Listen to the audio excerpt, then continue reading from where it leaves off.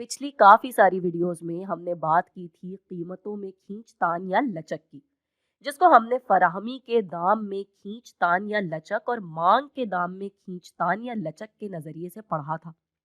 दोनों ही सूरतों में हमने बात की थी मिकदार के फीसद फर्क की, जिसको ज़र्ब दिया था कीमत के फीसद फर्क से। यानी अगर बात होगी मांग में लचक की तो ये मिकदार का फीसद फर्क होगा, मिकदारे मांग का फर्क। और अगर बात हो रही होगी फराहमी की तो ये मिकदार का फर्क फीसद फर्क होगा, मिकदारे फराहमी का फीसद फर्क। जैसे कि हमने पहले भी बात की थी कि इसके जरिए हम कीमतों के फर्क का असर देखते हैं, मिकदारे मांग या मिकदारे फराहमी पे। इस वाली वीडियो में हम सीखेंगे कि लचक या दाम में खींचतान सिर्फ कीमतों तक ही महदूद नहीं है, उसकी कई और किस्में हैं जिसमें वो मुख्तलिफ चीजों को एक दूसरे पे असरअंदाज होते हुए देखते हैं। मिसाल के तौर पे हम मिकदार या तादाद मजदूर के फीसद फर्क को तकसीम करते हैं कीमत या उजरत के फीसद फर्क से, तो लोग इसके जवाब को अक्सर मजदूरों के बाजार वाली फराहमी की लचक बुलाते हैं। हम एक लचक ऐसे भी देखते हैं कि मिकदार शह नंबर 1 को तकसीम देते हैं कीमत शह नंबर 2 से, जिससे हमें पता चलता है कि मुतबादलों की आपस में लचक की क्या सूरत हाल है। हम इसकी तफसील में अगली वीडियोस में जाएंगे, मगर अभी के लिए इतना समझना होगा कि लचक का तसव्वुर कीमत के अलावा भी बहुत सारी चीजों को जांचने के लिए इस्तेमाल होता है। इस वाली वीडियो में जैसा कि हम देख सकते हैं कि हम बात करेंगे आमदनी की लचक की। अभी हम बात करेंगे मांग में आमदनी की खींचतान या लचक की। इसमें हम मिकदार मांग के फीसद फर्क को तकसीम करते हैं आमदनी के फीसद फर्क से। ये आमदनी अक्सर सूरत हाल में इन तमाम लोगों की अक्कासी करती है जो कि इस चीज को इस बाजार में लेने वाले हैं। आम हालात में हमें लगता है कि अगर लोगों की आमदनी बढ़ेगी तो इस चीज की मिकदार मांग भी बढ़ जाएगी।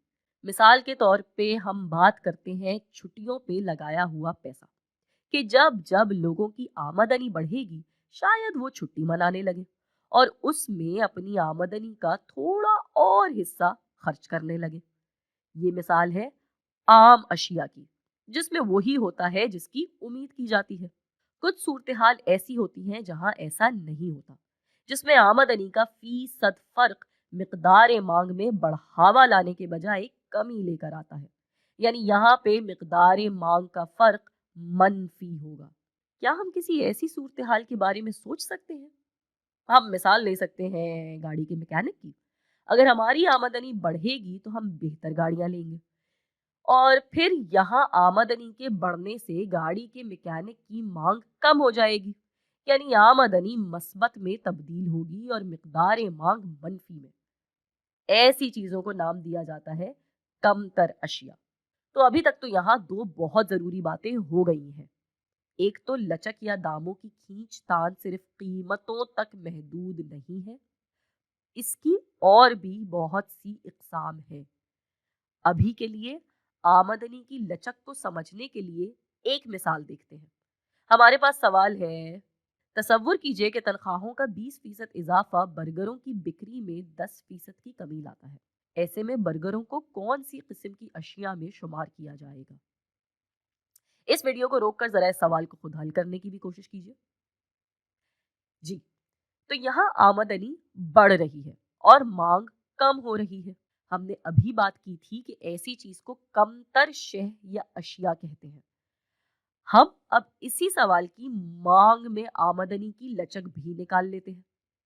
ये हम निकालते हैं मिकदार मांग के फीसद फर्क को आमदनी के फीसद फर्क से तकसीम देकर। तो यहाँ आमदनी तो फीसद से ऊपर आई थी, मगर मिकदार मांग नीचे गई थी। इसको मनफी 10% लिखा जाएगा और इसका जवाब ये आएगा, मनफी 0.5। एक मिसाल और करते हैं। तसव्वुर करें किसी मुल्क में जब लोगों की आमदनी 5% से ऊपर गई, उनकी सेहत की देखभाल पे इस्तेमाल होने वाली अशिया की मांग भी 10% से बढ़ गई। यहाँ के लोग इन अशिया को कमतर समझते हैं या आम? इसको हल करने के लिए पहले हम इसकी आमदनी की लचक निकाल लेते हैं, फिर इसका जवाब देते हैं। तो ये आया मिकदार मांग का फर्क, इसको तकसीम दिया आमदनी के फर्क से, ये दोनों ही बढ़े हैं तो दोनों ही मस्बत में दिखाए जाएंगे और ये इसका जवाब आ जाएगा मस्बत 2। और ज्यादातर वक्तों में जब ये वाला जवाब मस्बत होता है, इसका मतलब है कि जिस चीज की बात हो रही है वो चीज आम अशिया में शुमार की जाती है, जिसमें आमदनी का बढ़ावा उसकी मांग को भी बढ़ा देता है।